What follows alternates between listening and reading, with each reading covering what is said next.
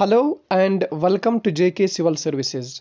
My dear friends, पिछले lecture में हमने बात की थी ऑर्गेनाइजेशन ऑफ डेटा, या उसमें हमने पढ़ा था क्लासिफिकेशन ऑफ डेटा। बेसिकली हमारा जो टॉपिक है that is the compilation of data.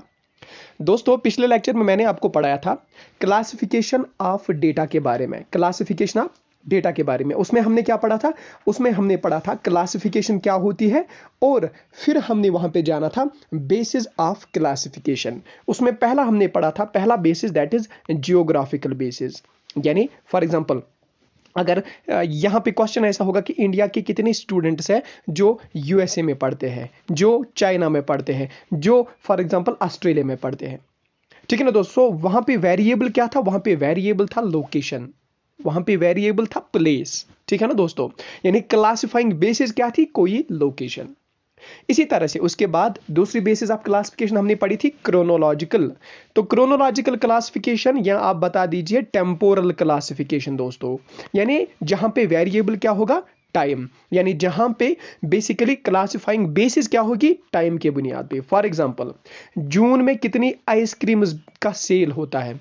जून, इसके बाद जून या जुलाई या सितंबर, अक्टूबर, नवंबर, दिसंबर। ठीक है ना दोस्तों? यानी जून में इतनी, जुलाई में इतनी, सितंबर, अक्टूबर, नवंबर, दिसंबर कितनी सेल होती है यहाँ पे आइसक्रीम की। यानी यहाँ पे वेरिएबल क्या है? यहाँ पे वेरिएबल टाइम है। यानी जनवरी, फरवरी, मार्च, अप्रैल, या फॉर एग्जांपल 2011 में इंडिया को कितना राइस निकलता था। इसी तरह से 12, 13, 14, 15, 16, 17, 18, 19, 20, 21, अगर हम यहाँ पे इतने सारे ईयर्स यानी 11 साल हम लेंगे और हम देखेंगे कि राइस की प्रोडक्शन किस किस ईयर में क्या थी। सो यहाँ पे बेसिकली वेरिएबल क्या है? टाइम। यानी जो टाइम चेंज होता है सो यहाँ पे क्लासिफाइंग बेसिस टाइम है, इसको हम कहेंगे नाम क्रोनोलॉजिकल या टेम्पोरल।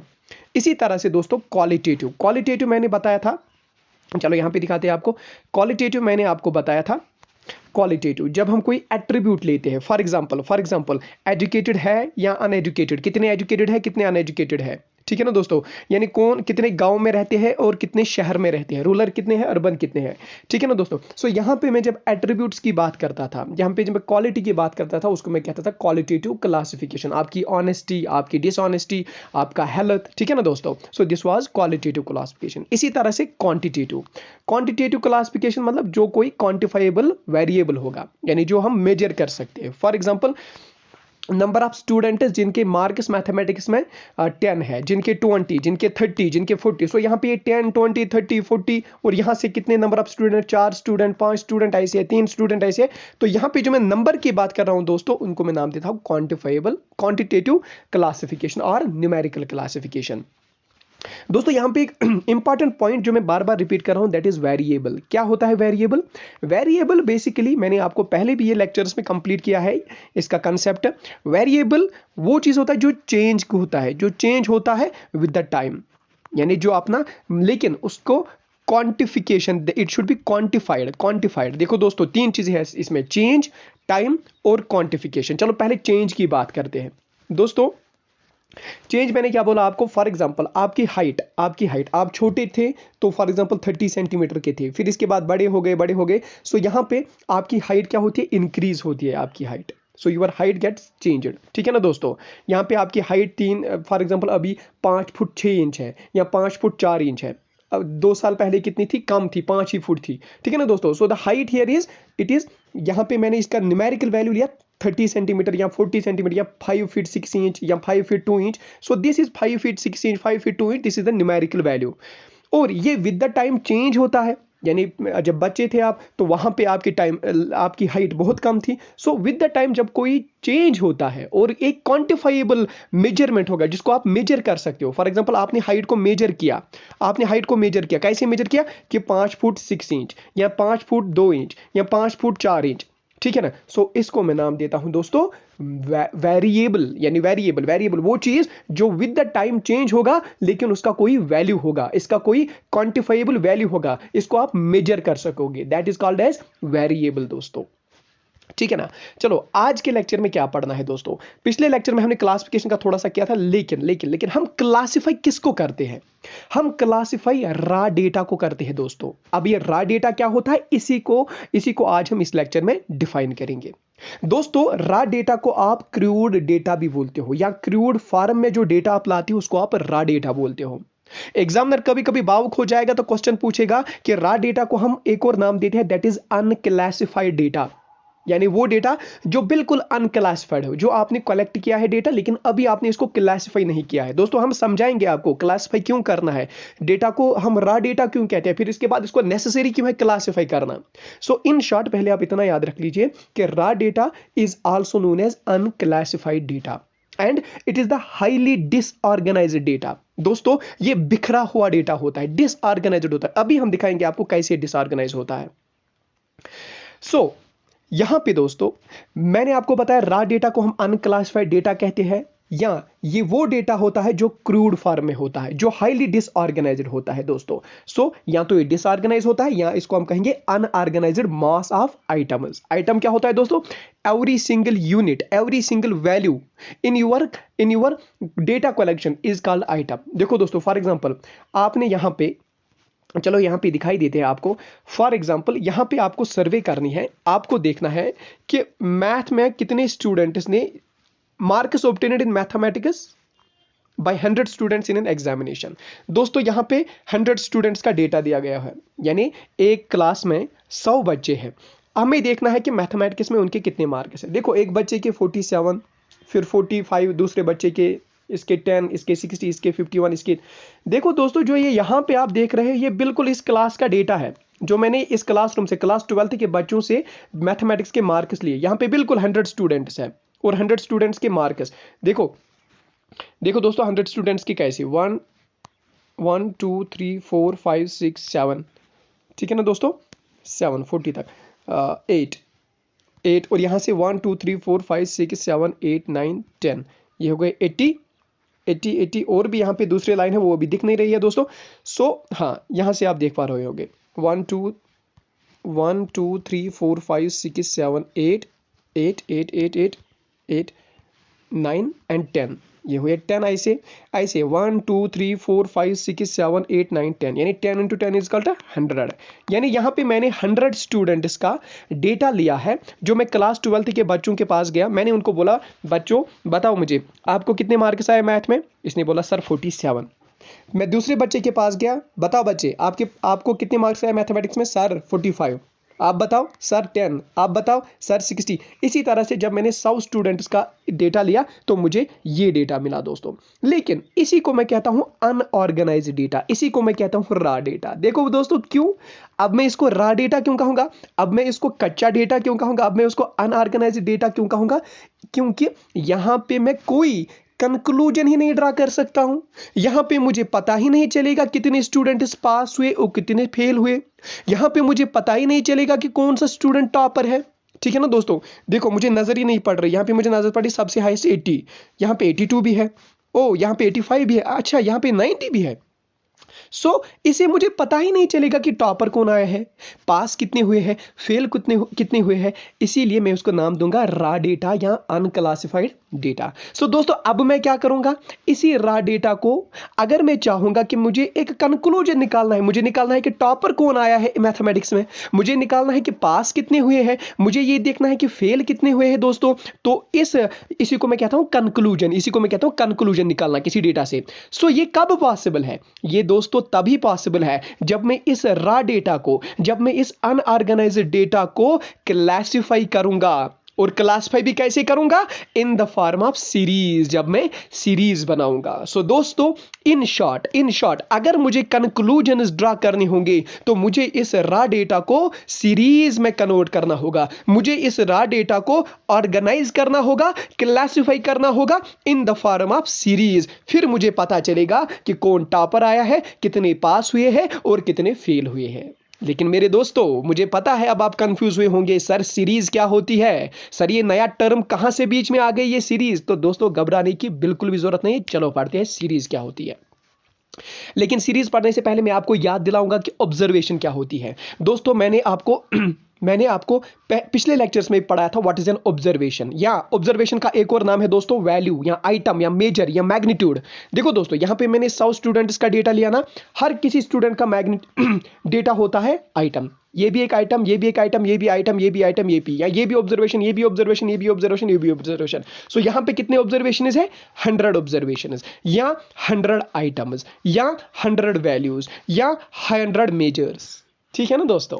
ओके अब हमने क्या बात छेड़ी थी? सीरीज की बात छेड़ी थी दोस्तों।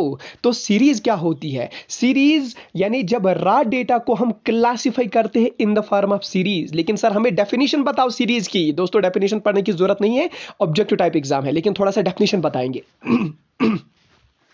Series refers to the data which are presented in some order and sequence. यानी सीरीज का मतलब वो होता है जब आप इस रॉ डेटा को, जब आप इस अनप्रोसेस्ड डेटा को, जब आप इस अनक्लासिफाइड, अनऑर्गेनाइज्ड या क्रूड डेटा को, यहां से बैटरी भी डेड हो गई दोस्तों, इसको हम प्रेजेंट करेंगे इन सम लॉजिकल ऑर्डर या इन सम लॉजिकल सीक्वेंस। जब हम किसी सीक्वेंस में इसको प्रेजेंट करेंगे, इस डेटा को या अरेंज करेंगे। दोस्तों सीरीज का मतलब होता है जब हम इस डेटा को अरेंज करेंगे क्लासेस में इन ए गिवन ऑर्डर।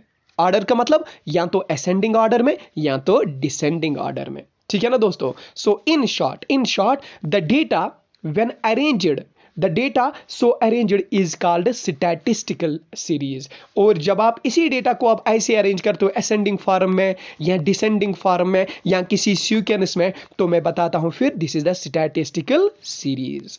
तो दोस्तों इस स्टैटिस्टिकल सीरीज के एक दो टाइप्स हैं। एक टाइप है इसका सो यहां पे अब हम पढ़ेंगे टाइप्स ऑफ स्टैटिस्टिकल सीरीज। ठीक है ना दोस्तों? अगर अब एग्जाम में क्वेश्चन आता है, एग्जामिनर ऐसे क्वेश्चन पूछेगा, the conversion of raw data into the statistical series. जब हम कन्वर्ट करते हैं रॉ डेटा को किस में? Into the statistical series. For किस लिए? To draw the conclusion, to draw the result, क्योंकि जब आपको रिजल्ट चाहिए अब, इसीलिए आप रॉ डेटा को कन्वर्ट करते हो स्टैटिस्टिकल सीरीज में। तो दोस्तों इस स्टैटिस्टिकल सीरीज के कुछ टाइप्स है। एक टाइप है इसका इंडिविजुअल सीरीज। इंडिविजुअल सीरीज को हम नाम देते हैं सीरीज विदाउट फ्रीक्वेंसी, जिस सीरीज में फ्रीक्वेंसी ना हो। दोस्तों फ्रीक्वेंसी क्या होती है अभी बताएंगे, लेकिन पहले टाइप्स यहां पे पढ़ेंगे। टाइप्स ऑफ सीरीज दो तरह के होते हैं। एक होता है इंडिविजुअल सीरीज या सीरीज जिसमें फ्रीक्वेंसी का कोई चक्कर नहीं हो। दूसरा होता है फ्रीक्वेंसी सीरीज, और इसमें भी अपने भी दो टाइप्स है। एक होता है डिस्क्रीट सीरीज, यहां आप इसे नाम देते हैं फ्रीक्वेंसी एरे। फ्रीक्वेंसी सीरीज के भी दो टाइप्स होते हैं। एक होता है डिस्क्रीट सीरीज या जिसे आप नाम देते हैं फ्रीक्वेंसी एरे भी, और दूसरा टाइप इसी फ्रीक्वेंसी सीरीज का होता है फ्रीक्वेंसी डिस्ट्रीब्यूशन। और फ्रीक्वेंसी डिस्ट्रीब्यूशन को आप और एक नाम देते हो जिसे आप कहते हैं सीरीज विद क्लास इंटरवल्स। ठीक है ना दोस्तों? ओके माय डियर फ्रेंड, तो यहां पे अब हम पढ़ेंगे इसी सीरीज के बारे में। लेकिन दोस्तों मैंने आपको बताया था यहाँ पे अनऑर्गेनाइज्ड डेटा के बारे में या रॉ डेटा के बारे में, ये मैंने थोड़ा सा चार्ट यहाँ पे बनाया था, चार्ट बनाया था। या दूसरी एग्जांपल यहाँ पे ऐसी थी रॉ डेटा की कि अगर हमें मालूम करना होगा मंथली एक्सपेंडिचर क्या है फलानी घर की। फॉर एग्जांपल मेरा गाँव है, मुझे देखना है कि यहाँ पे 50 मकान है, यहाँ पे 50 फैमिलीज है। मुझे पता करना है कि इन 50 फैमिलीज में कितना खर्चा होता है, इनको हर महीने इनको कितना खर्चा होता है। For example family number A के पास में गया, मैंने देखा कि इनको हर महीने 1904 रुपए खर्चे होते हैं। फिर मैं दूसरी फैमिली के पास गया, उनको इतना, इनको इतना, इनको इतना, इनको इतना। तो दोस्तों क्या मुझे ऐसे पता चलेगा? देखो ये बिल्कुल रॉ डेटा है, ये बिल्कुल रॉ फॉर्म में, मुझे पता ही नहीं चलेगा कि किस फैमिली को ज्यादा खर्चा करता है महीने में और कौन सी फैमिली कम खर्चा करती है। ठीक है ना दोस्तों? सो इसी डेटा को मुझे कन्वर्ट करना होता है इनटू द स्टैटिस्टिकल सीरीज, ताकि मुझे कंक्लूजन निकले, ताकि मैं देख पाऊं कि कौन सी फैमिली कम खर्च करती है महीने में और कौन सी ज्यादा। इसी तरह से एक और एग्जांपल मैंने यहां पे दी है। Marks obtained by the students in class 11th। Class 11th के बच्चों ने स्टैटिस्टिक्स में इतने मार्क्स ऑब्टेन किए हैं। एक बच्चे ने 30, दूसरे ने 25, फिर तो देखो दोस्तों यहां पे मुझे पता ही नहीं चलता हाईएस्ट कौन सा है, बच्चा किसने टॉप किया है या कौन सा बच्चा फेल हो गया है, तो मुझे ऐसे पता ही नहीं चलता। इसीलिए मुझे इसको कन्वर्ट करना है सीरीज में। सो मैंने आपको यहां पे अब पढ़ाया टाइप्स ऑफ सीरीज, इंडिविजुअल और फ्रीक्वेंसी। फ्रीक्वेंसी के भी दो, डिस्क्रीट जिसे आप फ्रीक्वेंसी एरे भी कहते हैं, या फ्रीक्वेंसी और फ्रीक्वेंसी डिस्ट्रीब्यूशन। ठीक है ना दोस्तों। अब हम पहले ही बात करेंगे इंडिविजुअल सीरीज के बारे में दोस्तों। देखो इंडिविजुअल सीरीज क्या होती है, आइटम्स आर लिस्टेड सिंगली, जहां पे आप आइटम को एक सिंगल लिस्ट करते हैं। अभी समझ आएगा, लेकिन थोड़ी सी डेफिनेशन याद रखो। Where there is no class of item, जहां पे आप किसी आइटम का क्लास नहीं बनाते हो। देखो दोस्तों क्लास क्या होता है, मैंने आपको पिछले लेक्चर्स में भी पढ़ाया है क्लास क्या होता है। फॉर एग्जाम्पल मुझे यहां पे आपको बताना है कि 5, यहां पे दोस्तों 5 से 10 तक जिनके मार्क्स है, ऐसे कितने स्टूडेंट्स हैं, ऐसे फॉर एग्जांपल 2 स्टूडेंट हैं। या 10 से, इसके बाद हम देखेंगे 10 से 15 वाले कितने स्टूडेंट जिनको 10 से 15 तक मार्क्स है, यानी इसमें 11 भी, 12 भी, 13 भी, 14 भी, 15 भी हो सकता है। ऐसे कितने स्टूडेंट्स हैं, ऐसे 3 स्टूडेंट्स हैं। सो जो मैं ये कहता हूं ना, ये मैं एक रेंज ऑफ वैल्यूज जो देता हूं, इसको मैं रेंज कहूंगा ना, 5 से 10 ये रेंज है, लेकिन किसका, वैल्यूज का। वैल्यू मतलब 5 भी वैल्यू है और 10 भी कोई वैल्यू है, यानी जो मैं ये रेंज ऑफ वैल्यूज आपको बताता हूं, इसको मैं कहता हूं क्लास। और इस क्लास में कितने स्टूडेंट्स है, 2, यानी इसमें, यानी जिस स्टूडेंट को 5 से 10 मार्क्स आए हैं, ऐसे 2 स्टूडेंट्स है, तो मैं कहूंगा इस क्लास में कितने स्टूडेंट आते हैं, 2 स्टूडेंट। या मैं दूसरा क्लास बनाऊंगा 10 से 15 तक जिनके मार्क्स आए हैं स्टैटिस्टिक्स में, ऐसे 3 स्टूडेंट्स है। So the class is 10 to 15, यानी जिसमें द रेंज ऑफ वैल्यूज, जिसमें हम सेट ऑफ आइटम्स डालते हैं, उसको मैं कहता हूं क्लास। ठीक है ना दोस्तों, ओके। लेकिन इंडिविजुअल सीरीज में कोई भी क्लास ऑफ आइटम नहीं होता, अभी दिखाएंगे दोस्तों, अभी दिखाएंगे। And there is no frequency of item, यहां पे कोई फ्रीक्वेंसी भी नहीं होती है। यानी याद रखना, इंडिविजुअल सीरीज में ना कोई क्लास होता है, ना कोई फ्रीक्वेंसी होता है। यहां पे आइटम को सिंगली हम लिस्ट करते हैं दोस्तों। देखो मैं आपको यहां पे दिखाता हूं। फॉर एग्जाम्पल मुझे यहां पे देखना है कि स्टैटिस्टिक्स में बच्चों के मार्क्स कितने हैं। फॉर एग्जाम्पल मैं मार्क्स लिखूंगा 10। फॉर एग्जाम्पल एक क्लास में 20 बच्चे हैं या 10 ही बच्चे हैं। एक ने लाए 10, दूसरे ने लाए 20, तीसरे ने लाए 25, फिर 26, फिर 25, फिर 28, फिर 29 और फिर 30। 1 2 3 4 5 6 7 8 और फिर 30 और फिर 25, हो गए 10 स्टूडेंट्स है दोस्तों। मुझे अब इस डेटा को, ये है ना रा डेटा, इस डेटा को मैंने अब ऑर्गेनाइज करना है। या मैं आपको यहां से दिखा सकता हूं, ये है ना रा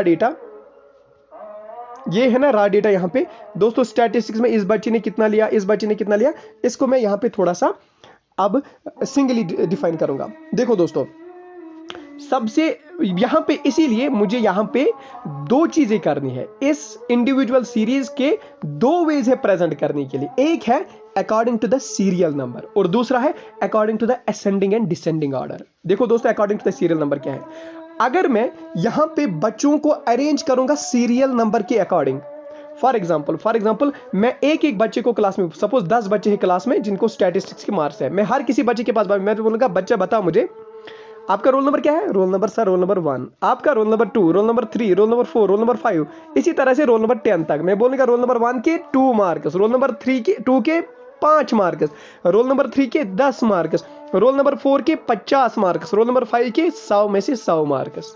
ठीक है ना दोस्तों। सो जब मैं यहां से इस तरफ से मैंने क्या दिया, रोल नंबर बच्चों का, और इस तरफ से इनके मार्क्स, तो देखो सिंगली अरेंज हुआ, ना कोई क्लास ना कुछ, यहाँ पे रोल नंबर, यहाँ पे इसके मार्क्स, यहाँ पे रोल नंबर, यहाँ पे इसके मार्क्स। जैसे हमारे स्कूल्स में होता है ऐसे रोल नंबर दिया होता है और यहाँ पे इसके मार्क्स दिए होते हैं। ठीक है ना, रोल नंबर 1 के 2 मार्क्स, रोल नंबर 2 के 4 मार्क्स। ठीक है ना दोस्तों। So according to the roll number जब मैं यहां पे मार्क्स दूंगा, इसी को मैं नाम देता हूं according to the serial number, या इसी को मैं नाम देता हूं individual series. So in short, individual series को मैं 2 तरीके से यहां पे प्रेजेंट कर सकता हूं, according to the serial number और according to the ascending order. फिलहाल हम बात करते हैं according to the serial number के बारे में दोस्तों। So marks arranged in order of their roll number. दूसरा, monthly expenses of hostel students arranged in the order of their room. देखो दोस्तों, अगर मुझे ये पता करना है कि बच्चे कितना खर्चते हैं मंथ में, जो बच्चे हॉस्टल में रहते, मैं भी हॉस्टल में रहता था। फॉर एग्जांपल मेरे हॉस्टल में जहां पे मैं रहता था, उस हॉस्टल में 30 रूम्स थे। कितने रूम्स थे दोस्तों, 30 रूम्स थे। ओके, अगर मैं हर किसी रूम पे जाऊंगा, यहाँ पे मैं लिखूंगा रूम नंबर 1 और यहाँ पे मैं लिखूंगा इसका एक्सपेंडिचर 100 रुपए। फिर मैं रूम नंबर 2 के पास गया, इसका एक्सपेंडिचर 200 रुपए। फिर मैं इसी तरह से रूम नंबर 3, रूम नंबर 4, इसके 400, इसके 500 महीने में खर्च होते हैं। सो दोस्तों मैंने एक साइड से क्या लिया, रूम नंबर, और दूसरे साइड से मैंने एक्सपेंडिचर लिया दोस्तों। यानी जब मैंने इस रा डेटा को अब रूम नंबर और इसी के अकॉर्डिंग, इसी के अगेंस्ट में इसका कितना खर्चा होता है, तो मैं इसको नाम देता हूं according to the serial number. ठीक है ना दोस्तों। इन शॉर्ट मुझे पता है आपको इस एग्जांपल से समझ आएगा। अगर मैं आपको मार्क्स की एग्जांपल दूंगा, यहां से रोल नंबर बच्चे का और यहां से इसके मार्क्स, यहां से रोल नंबर, यहां से marks, so this roll number is it is serial number, और यहां से फिर इसके मार्क्स दूंगा, मुझे फिर अच्छे से पता चलेगा कौन बच्चा पास हुआ है, कौन बच्चा फेल हुआ है।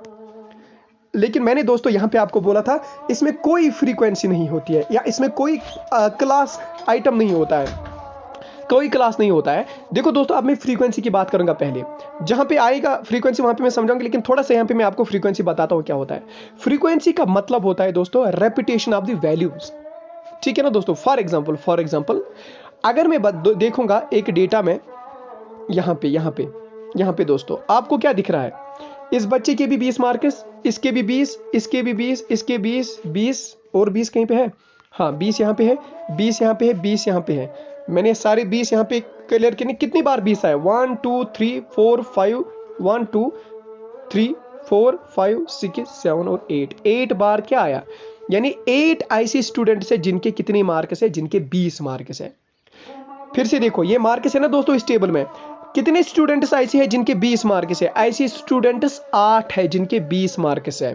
ठीक है ना। सो मैं इस 8 को बताता हूं frequency. The frequency of 20 marks is 8।